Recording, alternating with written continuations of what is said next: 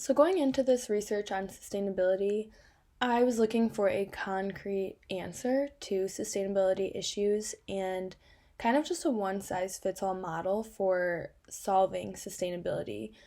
But what I learned through every single source that I annotated is that sustainability depends on the specific digital work that you're working with. There's just so many little details that differ between publications, and every digital work is unique and has different aspects to it that need to be kept differently. So, yeah, I guess I gained so much insight into sustainability, but I didn't come away with a solid, oh, this is the application I need to take away, but rather these are the resources that I have to apply to each specific publication that I would like to do or that I see other people doing. Um, and based on going off of that, I do think that sustainability issues are very relevant to myself. I didn't really think that going into it because it seemed like it was for more upper level publishers and people with published work in more popular pieces, in more popular works and websites and and journals.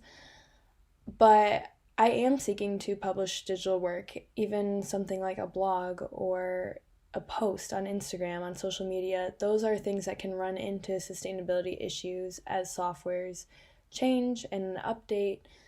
And so I do think that sustainability applies to myself, and I want to take the information, these sources that I annotated, and just start building a folder because it's hard to just remember all the information, but they each offered unique definitions and different graphs and charts that can be applied and just referenced.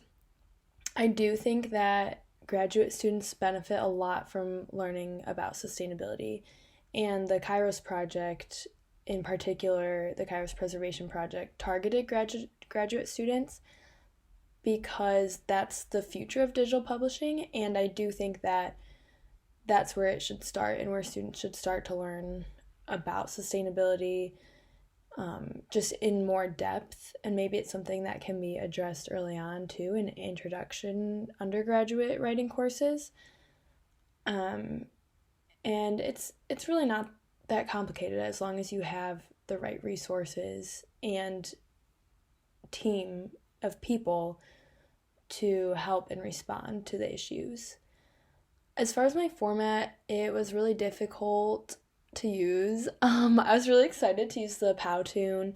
My friend made one and it was just really well done, but I didn't anticipate how much time it would take. So I spent like hours on each source. So by the end of it, I tried to condense it a lot. And Dr. Van Coten made comments on my first two sources about whether or not the photos served a rhetorical purpose. So that's something I tried to consider more by incorporating some outside photos instead of just graphics for my third, fourth, and fifth sources. And also I try to talk really slow in the first two because I know when I present I talk super fast, and so I was really intentional about talking slow. But another comment that Dr. Van Coten made was that I was a little too slow to follow sometimes, and it probably got a little boring. So I tried to speed up my pace a little bit in the other videos. Yeah, I'm really happy about my final project. It took a lot more than I thought, and so I probably would reconsider the format that I used in the future. But I do really like how in-depth I was able to go with my sources. And I like using the YouTube playlist as kind of the container for my sources just because I think it organizes them really nicely and it's really accessible that way. So, yeah, it was overall challenging but a very insightful experience. So, yeah.